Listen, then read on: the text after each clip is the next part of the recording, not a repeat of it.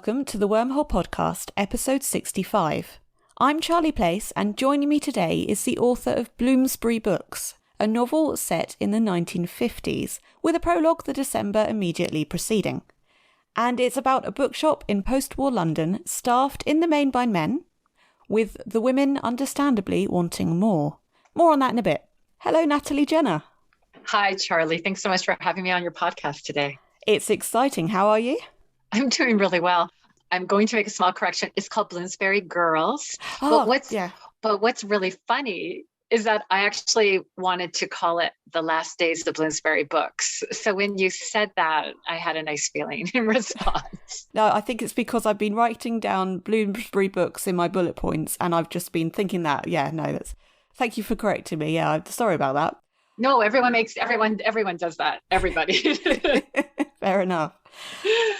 So I'm going to start here before we go on to the discussion about the book proper. I do want to ask you about your own bookshop. And I know you have talked about this with other people, but I'd need to know myself as well. You founded a shop in Oakville in Ontario, Canada. Can you just tell us all about it? Tell us what led to it, how it was, etc.? Sure. I love talking about my bookshop. So thank you for asking. I always wanted to be a writer. And when I turned 40 after 2 decades and 300 global rejections from agents, I decided that I would find another way for books to be a part of my life. And when I was in my late 40s, about 5 years ago, I saw this little jewelry store down near the lake. We live on one of the Great Lakes in Canada, Lake Ontario. And there was this little jewelry store that had closed down. And it was the perfect size, Charlie. It was like 500 square foot. And it had a bow window and it had dark, dusky flooring and then halogen lighting to display and illuminate all the jewelry. So it was really ready to go. So all we had to get was, IKEA, the company from Sweden, we just got their Billy bookcases in a lovely espresso brown. And we bought like 15 of them. And we lined them up all over the walls. They fit really perfectly, almost to the ceiling. So we didn't have to do a lot of trim.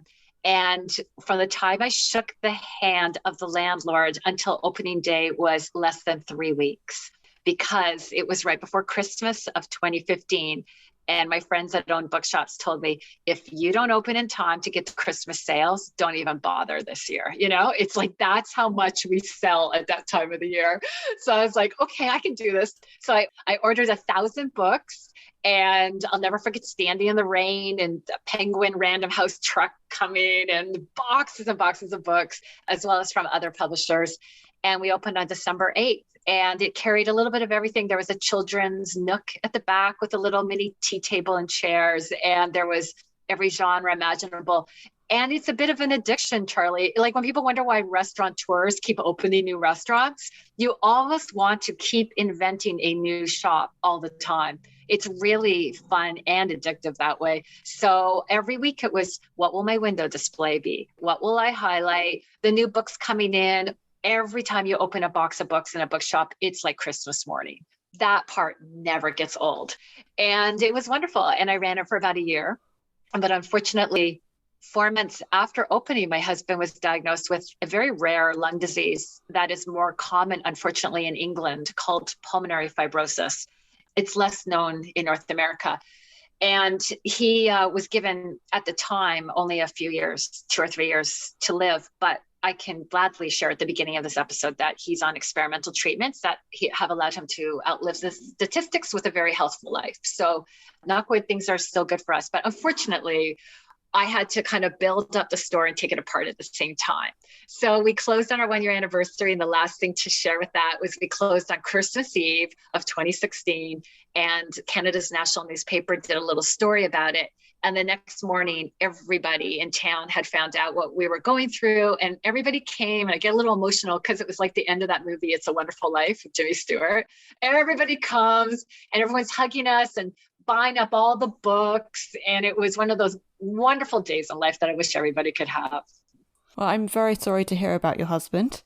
Thank you. Yeah, it's not a nice experience to us. It's not a good thing. But I mean, in terms of your bookshop, it sounds like it was a roaring success and just wonderful community and everything. Yes, it's a wonderful town where we live. It's actually not a small town. It's about 185,000 people, but we live in a small, leafy community that has one of the largest tree covers in Canada. So 50% of our neighborhood is covered by trees.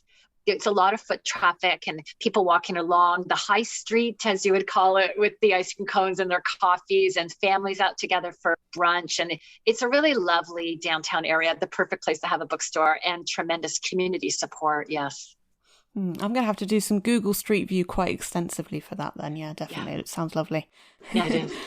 So I've perused effectively Jane Austen Society, and, I've read Bloomsbury Girls. I'll get the title right there. You did perfectly. It was great. Yay. What I'm seeing is, to me, you are very obviously, from your writing and from what I've researched about you, you're interested in classical writers, particularly women, I think it's fair to say, particularly Jane Austen. Can you tell us how you came to first be interested in Jane Austen and where your interest stems from for the others? Yes, I was born in England, actually, and my family immigrated to Canada in the 70s. And I had one of those Anglophile existences growing up, right? Mm-hmm. We watched Some Others Do Have Them on Saturday nights. We had kippers on Christmas morning. Like, it was very British and it was lovely. And it's made me a lifelong Anglophile. And I just love coming to England every year when I can. And Jane Austen happened to be on my parents' bookshelves. It was in one of those lovely boxed folio society type editions, where the book sits inside a box and there's like a bookmark, a ribbon that kind of hangs down. And it was like one of the books that we weren't allowed to touch, right? It's like, don't go near that book. And which, of course, when you're 8 or 9, will only intrigue you even more. And I remember taking a peek. And what was interesting to me was I couldn't comprehend why a book would be in a box. I remember that. I remember pulling it out. And I remember that it had her silhouette on the cover. And then I remember when you open it, and my mother has since given me the copy. She says I've earned it at this point. Mm-hmm. When you open the book, there was a picture by the artist in this lovely ink and wash drawings of Longbourn and what it would look like. And there were pictures scattered throughout, which was unusual for one of my parents' books. So I remember being really intrigued by that. And then I remember being very young, under 10, and starting to read that first chapter. And if you've read Jane Austen, you'll know, like, she gets right in the action. She's got a lot of dialogue in that beginning chapter. Pride and Prejudice is popular for a reason. Right away, it's like a couple of sentences, and then, oh, Mr. Bennet, have you heard? Netherfield has let it last. And like, he looks up, and I don't think he says anything right away. And I remember going, these are like my parents. And I was like, these are like everybody's parents. And those first few chapters, it's really about a family, like everyone's family, a dysfunctional family where there are favorites being played against each other, and the youngest sibling is getting away with murder, and the oldest child is doing everything right. And I just remember, as the oldest of 3 kids, so that was really resonating with me. And then I remember reading it, and all I could say about Jane Austen as a lifelong love, is that when I read her, felt like she was in my head, really made sense. She just really resonated with the way I think, the way I observe, and what tweaks my interest. So I started to read her regularly throughout my life. And then, as part of the story, when my husband was diagnosed, I was trying to run a couple of businesses and deal with his medical advocacy. And when I had downtime, I didn't want to think about anything too serious. I was watching a lot of television sitcoms like Cheers and Frasier and Friends, and a show called Escape to the Country, mm-hmm. which had just come over to Canada.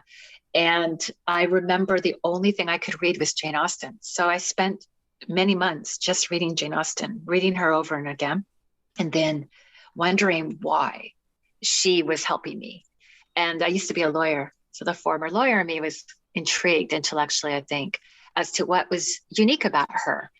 And as I started to read more sideways and took in research about her, I took a trip for a week to Chawton, and on my own as a bucket list trip. And I really immersed myself, in that world. And I brought home a lot to read from the gift shops and things like that.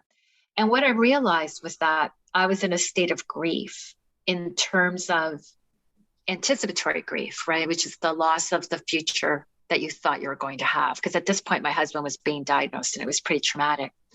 And I think what Jane Austen does is that she gives us a world that it's on the surface very different, but because her focus is human nature, and because she doesn't dwell too much on the details of life at that time, politically, socially, etc. I think it really enables us while we're reading her to feel like we're escaping, but to actually be digging down subconsciously into a better understanding of why people behave the way they do, why we behave the way we do. And there's something really cathartic about that. So that's why she's always appealed to me. On your question about women writers and classics, I've always loved books that were written without too much of a sense of that time, but have a focus on character and plot. And I really love a lot of the Victorian and sort of modern and then postmodern writers. So I do really love Henry James and George Eliot, the Brontes, of course, Dickens. And then I move forward. I love E.M. Forster, Virginia Woolf. I really love F. Scott Fitzgerald and Hemingway, J.D. Salinger. There's just a group of them from about, I would say, like the 1840s to the 1940s, that when I read them, it just resonates with me and makes me feel like it could be happening today. I think that's the achievement of the classics. That's why they last. They still continue to teach us and entertain us in a way that is timeless. And I loved their emphasis as well on rigorous text without a concern so much about marketability. I'm not saying they weren't trying to get published or they weren't thinking about it, but in those days, there wasn't as much focus on genre, which is something that I'm sure we'll talk about. There wasn't a sense of writing for women, women's fiction, chick lit. It was very much, if it was a good story, it was for all. And I love that democratic consumption of entertainment where everybody is enjoying something together. And I really think that the classics were written with an eye to a certain group of people, obviously an educated group of people and a privileged group of people sometimes, but still without that sense of genre underpinning it. And that's why, for me, I think those books just continue to resonate. Well, I've really enjoyed, hearing you just then, now, talking about Austen and the other Victorian writers, etc., and also hearing you on other podcasts, on videos, etc. And it made me think, I know you've studied literature at college, I believe. Yes, yeah. Have you got, do you think, a non-fiction book in you about Austen in any way, or your own thoughts or anything like that that's kind of non-fictional? You know what? I don't think that's where my skill set lies. I'm somebody who was always interested in creative writing, in fiction writing, and never pursued developing skills in nonfiction. I have written some essays and they've been really lovingly received, which is really gratifying for me. But they're easy to write because they're so personal, so close to home. I'm not academically trained. I read a lot of nonfiction, but I don't have, I think, that sense of what really benefits sharing information with the reader that's real. And I think my skill lies more in creating a very made up world, an extensive world, and having it populated by a lot of characters and then try to bring those characters together. So I always say to people, there's different ways to write a book. Some of my friends have told me that the first thing they do is write the last chapter. And I don't plot ahead of time when I write. So I'm always like, if I wrote that last chapter first, it would be game over. I wouldn't write the book. So for me, nonfiction falls in that kind of, bucket of, we know what's going to happen. Let's analyze it. That's not me. Fair enough. So Bloomsbury Books, more on it, focuses on the three women who are employed by the bookshop. It's a fictional bookshop on the same London street as Persephone Books, which many listeners will have heard of when it was in London. It's now in Bath. Vivian, Grace and Evie dream of more. Vivian of a better role, Grace of a better life in general. She really, really needs a divorce. And Evie of the academic career that was stolen from her. Bloomsbury Books, however, is set in its way. It has 51 rules for staff, which is one of the bits of the fiction that I really liked. And one of those is that women always make the tea. And I'm sure listeners can go from there. Natalie, shall we start with your reading first? Sure. Charlie, I'm going to read from the beginning of chapter 2. So if anyone's doing math out there, we've got a prologue and a first chapter. But I'm jumping into the part where it's a bit more fairy tale narrative of the people that work at the shop and how their relationships have been set up. And each chapter in the book starts with one of those 51 rules, although there's only 40 some chapters, so I don't get them all in there. And this is rule number 12. First aid procedures shall be strictly adhered to in the event of an emergency. The tyrant was Alec McDonough, a bachelor in his early 30s who ran the new books, fiction, and art department on the ground floor of Bloomsbury Books. He had read literature and fine art at the University of Bristol and had been planning on a career in something big. Vivian accused him of wanting to run a small colony when the war had intervened. Following his honorable discharge in 1945, Alec had joined the shop on the exact same day as Vivian. By an hour ahead, like a dominant twin, she would quip whenever Alec was rewarded with anything first. From the start, Alec and Vivian were rivals, and not just for increasing control of the fiction floor. Every editor that wandered in, every literary guest speaker, was a chance for them to have access to the powers that be in the publishing industry. As two secretly aspiring writers, they had each come to London and taken the position at Bloomsbury Books for this reason. But they were also both savvy enough to know that the men in charge were whom they first needed to please. Alec had a clear and distinct advantage when it came to that. Between the tales of wartime service, shared grammar schools, and past cricket match victories, Vivian grew quickly dismayed at her own possibility for promotion. Sure enough, within weeks, Alec had entrenched himself with both the long-standing general manager Herbert Dutton and his right-hand man Frank Allen. By 1948, upon the retirement of Graham Kingsley, Alec had ascended to the post of head of fiction, and within the year had added new books and art to his oversight, an achievement that Vivian still referred to as the annexation. She had been first to call him the tyrant. He called her nothing at all. Vivian's issues with Alec ranged from the titles they stocked on the shelves to his preference for booking events exclusively with male authors who had served in war. With her own degree in literature from Durham, Cambridge, her dream university, still refusing in 1941 to graduate women, Vivian had rigorously informed views on the types of books the fiction department should carry. Not surprisingly, Alec disputed these views. But he doesn't even read women, Vivian would bemoan to Grace, who would nod back in sympathy while trying to remember her grocery list before the bus journey home. I mean, what? One Jane Austen on the shelves? No Catherine Mansfield, no Porter. I read that Salinger story in the New Yorker he keeps going on about. Shell-shocked soldiers and children all over the place. I don't see what's so masculine about that. Unlike Vivian, Grace did not have much time for personal reading, an irony her husband often pointed out. But Grace did not work at the shop for the books. She worked there because the bus journey into Bloomsbury took only 20 minutes. She could drop the children off at school on the way, and she could take the shop newspapers home at the end of the day. Grace had been the one to suggest that they also carry import magazines, in particular the New Yorker. Being so close to the British Museum and the theater district, Bloomsbury Books received its share of wealthy American tourists. Grace was convinced that such touches from home would increase their time spent browsing, along with jazz music on the wireless by the front cache, one of many ideas that Mr. Dutton was still managing to resist. Vivian and Alec had manned the ground floor of the shop together for over 4 years, circling each other within the front cash counter like wary lions inside a small coliseum.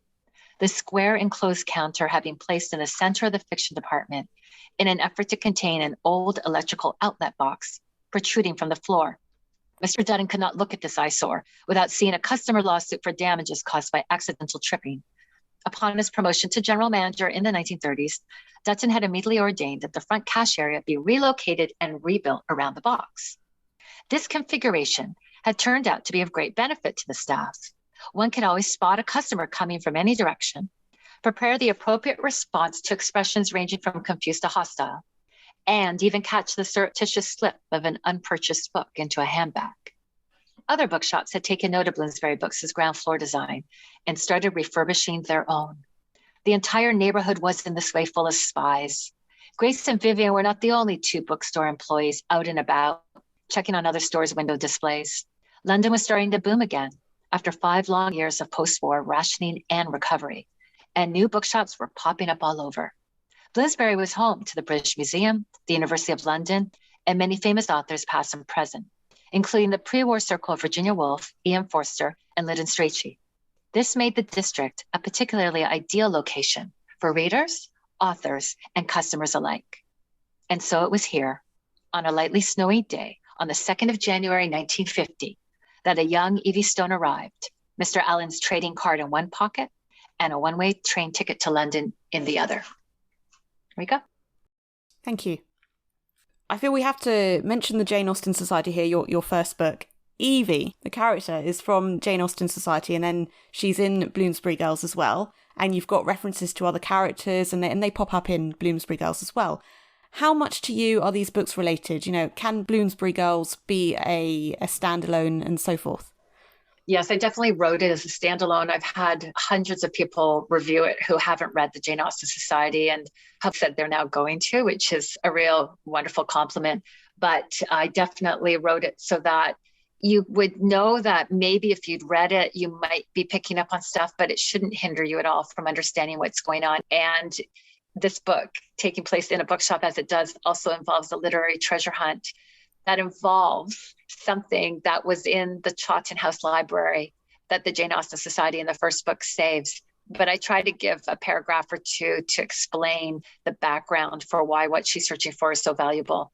So I do believe they stand on their own, but I do believe that if you do take the time to read the first book, it might make the second book experience richer. Okay. I'm going to ask you about that book that you have referenced in a bit. So I was reading your acknowledgements, reading all about the background to Bloomsbury Girls, and you've got a lot of different inspirations, which is expected. But there's three that I was wondering if you could talk about. You've got 84 Charing Cross Road, Sunwise Turn, the bookshop, and Persephone Books. Could you talk about those as the inspirations? Sure. I mean, 84 Charing Cross Road really was, I think, the creative spark for this book, because it was May of 2020. And my debut novel at age 52 is coming out in the world, and all the bookshops are closed because of the pandemic.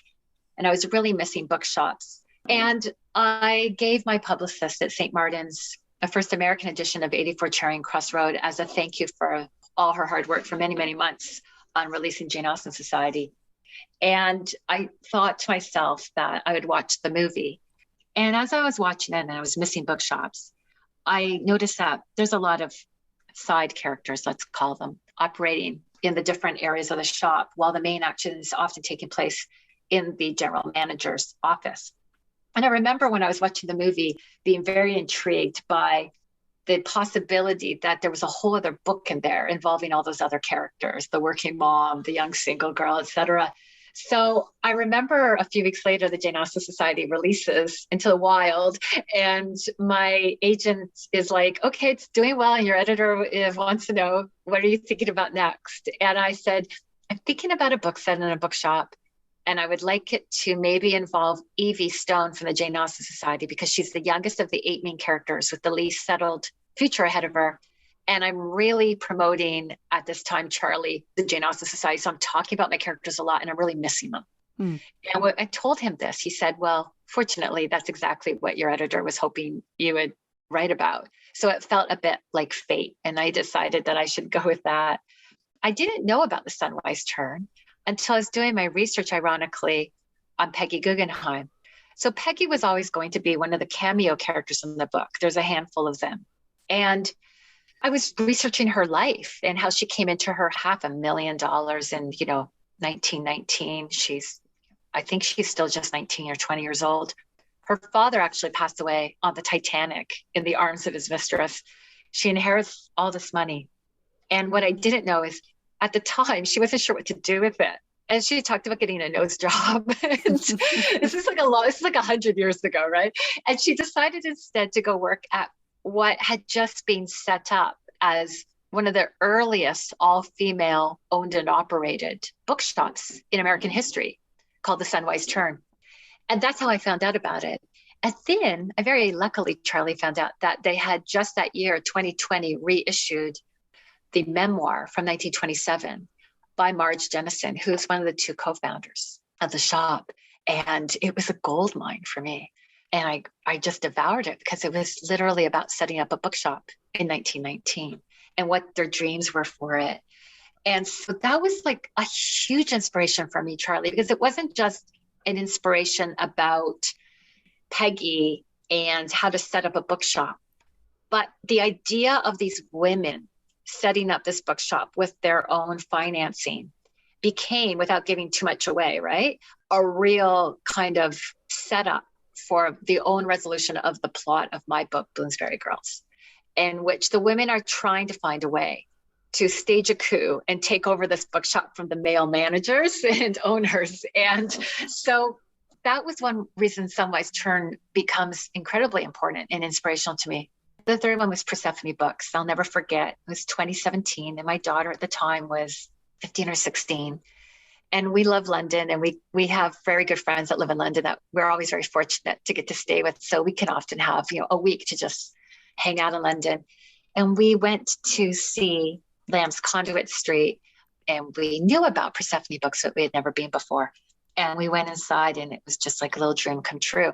So when I was writing this book, I was thinking very much about Persephone Books, its former location on Lamb's Conduit, but also its double mission of both reviving and printing and selling itself lost commercial works of fiction by women from the 20th century, primarily. And that also, as I thought about it, was going to become a major theme with Evie's literary treasure hunt that she's on, where she wants to find this book that people have undervalued historically, that was written by a young woman. And she wants to take that and she wants to set up her own printing press one day. So as you can see, each of those bookstores both was a creative spark for me, but also helped me work through as I wrote the puzzle of the plot. Okay. You have included, in relative terms, loads of women writers of the time, in the 1950s.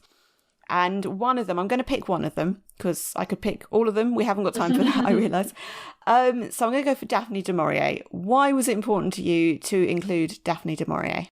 Daphne du Maurier is a literary goddess, and she is somebody who could write a book that anyone could enjoy. And she wrote so many books over decades of her life.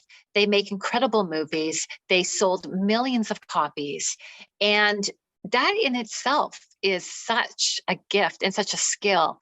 And you can just see how society, even today, culturally, we could even take a writer like Jane Austen and sort of put her in a box of this is sort of romance. This is, sort of Regency romance, people finding husbands. And Daphne du Maurier is kind of like, Patricia Highsmith, but this very traditional Gothic suspense. The house is bad. The owner of the house may be bad, that kind of trope. And she's writing about so much more. So it was really important for me in looking at the lens of genre and fiction and how it does a disservice in helping people who are as talented as, a du Maurier or a Patricia Highsmith be contained in some way by the literary community and in the world at large. And I thought she was a perfect example, a template, a prototype of exploring those issues. But ironically, how she really kind of started to take up real estate in my brain, Charlie, was that when I was about to release the Jane Austen Society, I had bought myself on a narcissistic high, a very kind of congratulatory getting published finally in life present. And it was a 1940s edition of Mansfield Park from the Second Shelf, a rare bookstore in London. And they're online right now with the pandemic, but they have incredible, incredible books. And unfortunately, with the couriers and the pandemic, it was March of 2020, things got a little chaotic. And I was sent instead a memoir that Daphne du Maurier herself had written later in life called Myself When Young, The Making of a Writer.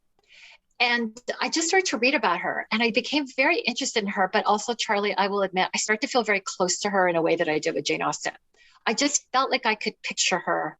I felt like I could just literally be her. And I don't mean that the way it sounds, but it just became very easy for me to just feel her as a human being.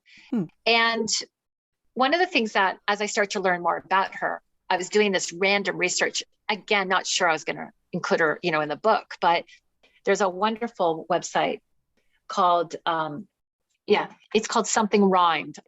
Emily Madorkawa has a post on there about a moment, and it is the only moment in my book that's not purely fictional. And it is a moment when a young female aspiring writer goes to a party at Ellen Doubleday's, and Ellen Doubleday shows up late. And the young woman, strikes up a conversation with a woman in the hallway, doesn't know who she is. And it takes several meetings for her to discover that the woman in the hallway is Daphne du Maurier. And as I was writing my book, I remember thinking that would be such an incredibly cool way for a young aspiring female writer working in a bookshop to finally get the mentor that she's going to need to kind of crack, the literary industry. And so that was how Daphne du Maurier actually ended up taking up even more room in the plot than I had originally intended. And the last thing to say about that was because I don't plot. I didn't know that the woman's revolutionary idea to take over the bookstore was going to start with something as mundane as a literary event, a reading by an author at a bookshop. That's what happens. Because at this reading, it allows another character to show up and ask Daphne du Maurier about a short story that she wrote called The Doll. And that is a real short story that was written by du Maurier when she was 20. It was submitted. It may have been published. It may not have been, but it was completely went missing and was forgotten about. And then about a dozen years ago, a female bookseller in Cornwall found it, and then it got reprinted. And this is a very interesting short story, and I won't go into it, but it's controversial. And when Sonia Orwell, George Orwell's recent widow, in the context of my book, stands up at this literary event and asks du Maurier about this missing short story, I had got a chill at the back of my neck, and I remember going, oh, there's something going on here. Like, these women are going to really band together in really surprising ways and help my 3 bookstore employees. So Daphne du Maurier just, again, began to take up even more space in the book as a cameo character. I loved every time she showed up. I loved everything that came out of her mouth. And I had so much fun writing her. Oh, I had forgotten. I'd read it at some point, but I forgot that her name was Lady Browning. So yeah. It was very good that you had that. And then at the end of the chapter, you say it was Daphne du Maurier. Yeah. And I'm like, oh, wow. I know. What's so funny is that, in the cast of characters, she's listed as Lady Browning. But there's a lot of marketing about my books where you'll find that Daphne du Maurier is one of the characters. And people even know, like, they know reading the book, she's going to show up, like it's on the flyleaf, and they still every time go, oh, and I love that. As a writer, that is so ego gratifying. I cannot tell you. Well, yeah, no, I mean, also the fact, okay, so they can get authors into this shop, but I suppose this is the contemporary reader in me, my modern day self, obviously, thinking back there, thinking, these women got Daphne du Maurier as their first author. My goodness, wow. So, I mean, talking about more women writers and stuff, they're obviously, they're important to the book with the themes, with everything else. I know you've got that Evie finds out about Charlotte Lennox, which was another kind of like, oh, yay kind of thing, because, she's only just now coming to more prominence. So, yeah, it's exciting. But to go back to what was referenced a while back, and we didn't talk about it so much then, but I said I was going to ask. Jane Wells Webb. Yeah. I had to look her up because I wondered if she was fictional, but no, she exists. Why her, and why the obscurity of the mummy? Why include her particularly? It's really fascinating because I knew I needed Evie. Well, I didn't know at first why Evie was going to this bookstore. I knew Evie's going to get a job in a bookstore. I start to write the book. And Evie surprises me with a line at the end of one of the beginning chapters where she said, that's okay. I don't mind having a lot of time here alone to look through the books because there's something I'm looking for. And that was actually a surprise to me. I didn't know that she had an ulterior motive for applying to the bookshop. I thought she just needed a job and that she would trip across something while she was there. So that enabled me to think of a book from the Chawton House Library, a library that was predominantly fed in the 1800s by current works and classics and rare volumes. And it's hundreds of years of books. So I knew that the book was going to come from that library, except I couldn't find one. I'm this kind of a writer. I went through the catalogs for the family library, and I just couldn't find a book that would be obscure enough, yet somehow missed, but of value. We have pretty much discovered everything. I would have to make up a book by like the Brontes, right? Like, the missing completion of the Watsons by Jane Austen. And I didn't want to do that. I wanted it to be a real book. So I remember looking up famous anonymous books. And there was one that came up, and it was about a kingdom of George V. And it was by an anonymous writer in the 1700s. And it foresaw the monarchy in the early 20th century and a first global war. And I remember wondering, oh, that's really cool. I wonder if that could be it. And the very next thing that research led me to was the mummy. And I remember saying to my husband, it can't be that easy. It's day one. Like, I can't have found the perfect book. So I spent another month, Charlie, trying to find a better book until I finally said to myself, I think you just got lucky, because this is a book that really did get missed up until this time period of my book. It really did get lost, in part because Jane Webb, when she marries her husband, really does start to take on both his career as a horticulturist and a botanist and a magazine publisher, but she also, in doing that, veers off into her own new career as a gardening writer. And the novels of her youth really do get left behind. And The Mummy really gets 2 editions in 1827, and then 1 reprint once in like the 1860s, maybe 1867. And then that's it. So I thought, wow, this is a book that really got lost. It's written by a woman. It's written by a young woman. She was only 17 when she started to write the book. She'd been orphaned. She was using it to distract herself from the loss of her father and to make money. And it hit all the themes in my book about female opportunity and agency and what marriage does, you know, with career at that time and genre, because now people today in the second half of the 20th century would look at The Mummy and would say, whoa, this is science fiction. She is projecting 400 years into the future or so, a world run by a female ruler. And she's really projecting inventions that we don't know about yet. And that was so fascinating to me. And this is around the time of Frankenstein. So it was really interesting that this was an early example of an emerging genre. And I don't even think they really named science fiction and fantasy as a category unto itself until the 30s. So she's really like a century ahead of what a lot of people are going to be writing about, at least until H.G. Wells and writers like that, more at the turn of the century. So it hit a lot of themes in my book. It was perfect for it. And I'm just so grateful it existed. Well, I'm going to go back to, you said genre already and you said it there. I'm going to go back to that in a moment. Related to The Mummy, you've got these auctions of rare books. I know I think there was an auction in Jane Austen Society. Yes. Is it something that interests you? And also, I suppose, on that, do you know of were there any auctions particularly that inspired you in terms of books? It is something that interests me a lot, actually. I, in doing my reading about Jane Austen, was learning about the kind of American and British wars for her artifacts that were taking place. So it's like someone in Chicago got a lock of her hair. And like the Jane Austen Society in England is like, how do we get that hair? You know? And I found it really fascinating, the idea of who was preserving her history, who were her fans. That's really the genesis of my book. I was reading about, you know, a librarian at Yale, or a couple of daughters of a governor general in the Maritimes of Canada, you know, in the 1800s, or a wealthy society woman without children who is looking for something to do with her time and starts collecting every mention of Jane Austen she can find in the world and catalogs it in a way that no one had ever done before. And I was just becoming really interested in who would also have the means, the agency, and the interest in acquiring these artifacts for sums of money, which would have been outlandish even then, but even more so now. So I think my interest is more in fandom than maybe in auctions per se. That said, after the Jane Austen Society came out for Christmas, my husband and I had heard about an auction just for like a few £100 of a painting that Jane Austen's father, George Austen, had owned.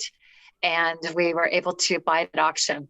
And that was a pretty stressful 4 minutes online, let me tell you. So I have experienced it myself. The last thing to share about auctions is my role, my very small role, with a group called the Godmersham Lost Sheep Society, or GLOSS.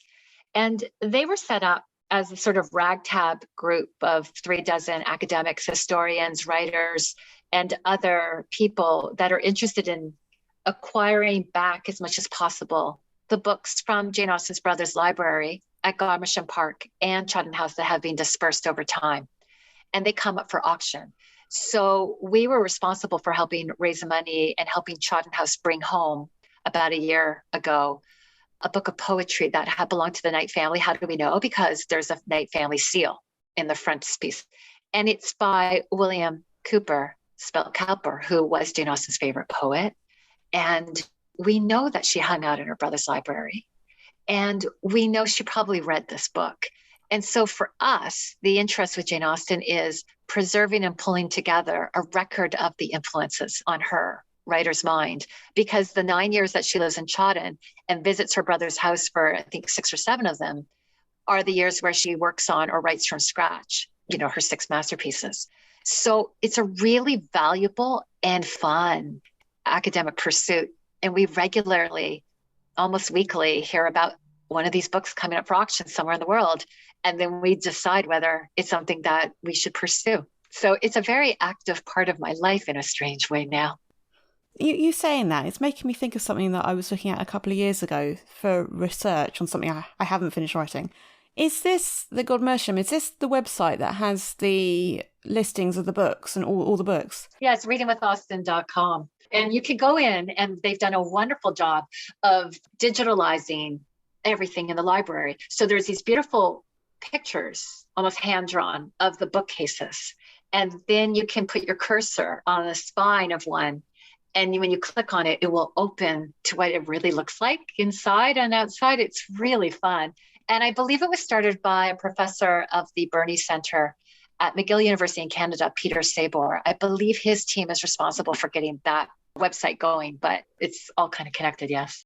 Oh, yeah, no, it's fantastic. And I'll put a link to that for listeners, because it's a lovely website. Yeah. The knowledge they've got and everything.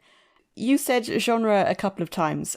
I feel I need to ask you to expand on this. If you can say about the importance to you, significance, etc. Could you expand on your thoughts, basically? Yeah, no, for me, genre is important, and it's necessary, if only because of the volume of entertainment that we have coming at us. So as a writer who is fortunate enough to get published, I don't begrudge whatever my team wants to call my book. If that's going to help it reach readers, that's wonderful. So, it's labeled historical fiction, but I always think that I just write character-driven fiction with a historic setting. It's labeled historical fiction. It gets labeled women's fiction, etc. For me, it is very hard to highlight and publicize books especially the North American market, Charlie. I mean, obviously every country is different, but in the American market, where hundreds of books are coming out every week, Canada's 1/10 the size of America. I think England's 1/5. America has so much entertainment. It's the center of publishing in the world. So when you're dealing with that, genre is really important. The downside of genre is that it also will lose readers. And one of the things that's important about classics is, I remember there was an ITV sports channel host that he did this lovely, I won't out him any further than that, but he did a lovely tweet where he said, you know what? I don't think I'm in the catchment of readers for the Jane Austen Society, like based on how it's marketed, but I loved this book. And he's been a wonderful supporter of mine. And that is the downside of genre, is that it will miss a lot of readers as well. And one of the things that I worry about with entertainment is Jane Austen's books are doing a lot more than what the movies and the dramatizations can convey because of this. I love film. They're different vehicles. And when you do the aesthetics and the beauty of it and the romance of that beauty, oh my goodness, Keira Knightley standing in Derbyshire on the cliff and the music, it's so beautiful. But Jane Austen is, she's really kind of like autopsying human behavior, like down to a millimeter, and conveying the essence of everything that's bad and good about people. And it's really aggressive human nature depiction. And it's not romance. It's only romance in the sense that she uses the marriage plot to resolve her plots, which is something she would have inherited. She's wanting her characters to get what they want. And I always write about this. I think Jane Austen, like Shakespeare, I think Jane Austen was a genius up there with him in capturing human nature.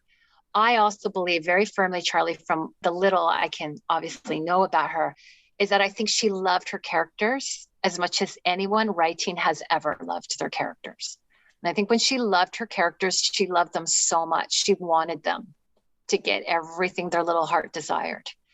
So I do think that we lose a lot of readers when we ascribe labels to certain kinds of writing. And that is the risk in the marketplace for today. You've raised a good point. I mean, yeah, I can't say I've really thought about it in depth. I don't think I've studied Jane Austen enough, and nowhere near as much information as you know. But it is a good point that we just say Jane Austen, and we say Charlotte Bronte, and we say Charles Dickens. And then when it comes to anyone further than that, like we'd say Natalie Jenner, the historical fiction writer. Exactly. Or a thriller writer. I mean, Patricia Highsmith writes amazing thrillers, but they're also psychological. They're suspense, they're human nature. They've got diversity among their characters. She's doing a lot. I mean, there's a reason why Patricia Highsmith is still being read and made into movies and films as well, because it's universal. Fascinating subject to think about, definitely. So I'm going to ask the questions that I ask everybody effectively. What is next in terms of what you're writing? So I just finished the early draft of book 3. It's in with my agent this week, who's on the American July 4th holiday. So I'm waiting to hear back. It has been sold on a partial, but this is the completed, delivered manuscript. It takes forward Vivian Lowry from Bloomsbury Girls to 1955. She's had a couple plays bomb on the West End, and she's at loose ends. And Peggy Guggenheim, who lives in Venice, makes a cameo at the beginning and says, you should come to Italy, to Cinecittà. I have a friend there. He's filming without a script. And so she goes to Italy, to Rome, to work as a script doctor. But it's called Every Time We Say Goodbye. And it's really about a group of new characters, as well as Vivian. And they are in Italy, a country that 10 years after the Second World War is really experiencing a boom time, but at the same time has a really horrific Second World War past to still reckon with. And each of these characters are going to have to deal with their losses or their decisions or choices that were made during the war. And there's a bit of a dual timeline narrative going on as well, with a young woman who is basically a resistance fighter during the Second World War. So that's what I've just finished writing, and my head is still there. So I'm still always a little bit in Italy right now.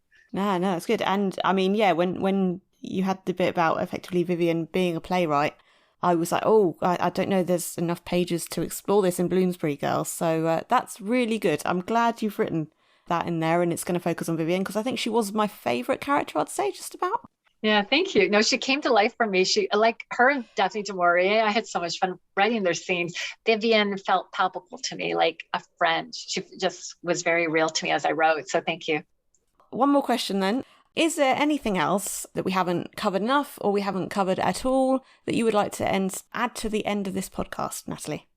Well, I think for the readers, and especially, in the United Kingdom, I'd like to mention that the audiobooks for both my books have been narrated by what are considered to be probably the best male and female audiobook narrators in the world. So the Jane Austen Society audiobook is narrated by Richard Armitage, and Bloomsbury Girls is narrated by Juliet Stevenson. And they've both been just incredible narrators, each of them doing almost 24 different dialects and countries, nationalities, genders, etc. And I feel very lucky to have had my stories narrated by these incredible talents. So I thought I would share that as well. I seem to remember there is some sort of trailer or clip of at least Richard Armitage. So if you're interested in that, readers, go and check it out and have a look. Natalie, this has been lovely having you on. Certainly, if you come back on the podcast, I'm going to schedule you for about 3 hours rather than 1 hour, because I could keep talking with you. Like I say, you could write some non-fiction. You could certainly do some lectures. It would be absolutely fantastic and just fascinating. Yeah, thank you for being here today. Thank you for talking about Bloomsbury Girls. It's been lovely. Thanks. Thank you so much, Charlie. Thank you, everyone, for listening. It was truly a pleasure to be here. Links to purchase the Jane Austen Society and Bloomsbury Girls are in the episode description. Thank you very much for listening, and please do share this episode with anyone you think would be interested in it. The Wormhole Podcast, episode 65, was recorded on the 6th of July and published on the 25th of July, 2022. Music and production by Charlie Place.